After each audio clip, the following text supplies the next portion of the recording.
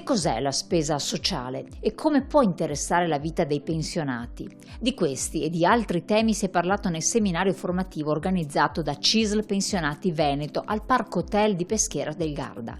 Un appuntamento dedicato ai dirigenti sindacali per saper usare al meglio gli strumenti di negoziazione sociale. Scuole e asili nido, assistenza domiciliare per anziani disabili, programmi di prevenzione, tutte queste voci e altre ancora sono spesa sociale e le risorse per renderle possibili sono gestite direttamente dagli enti locali al fine di migliorare la qualità della vita. Pensate che in Italia i comuni spendono per il sociale in media 142 euro pro capite, nel solo nord-est la cifra sale a 197.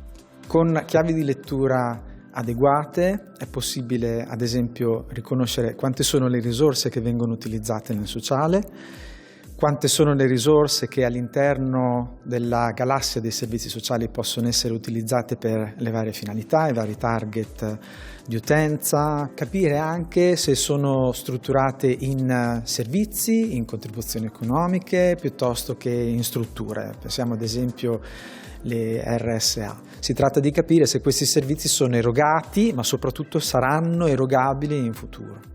Riguardo al sociale, il sindacato CISL ha impostato un'attività di negoziazione specifica con gli enti locali e le aziende sanitarie.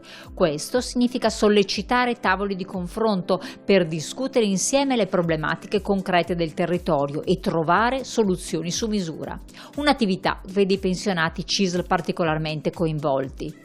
Perché è importante per gli anziani? Perché se noi facciamo un attimo una lettura un pochino più di prospettiva sulla territorialità, ci rendiamo conto, tenendo conto del dato demografico, come e quanto nell'immediato futuro, neanche poi tanto lontano, in realtà i territori avranno bisogno di essere ripensati, riletti nell'ottica della presenza demografica di più anziani rispetto ai giovani. Da sempre la FNP Veneto investe sulla formazione dei propri dirigenti e operatori coinvolti nella negoziazione sociale e proprio in questo senso si è sviluppato il seminario di Peschiera.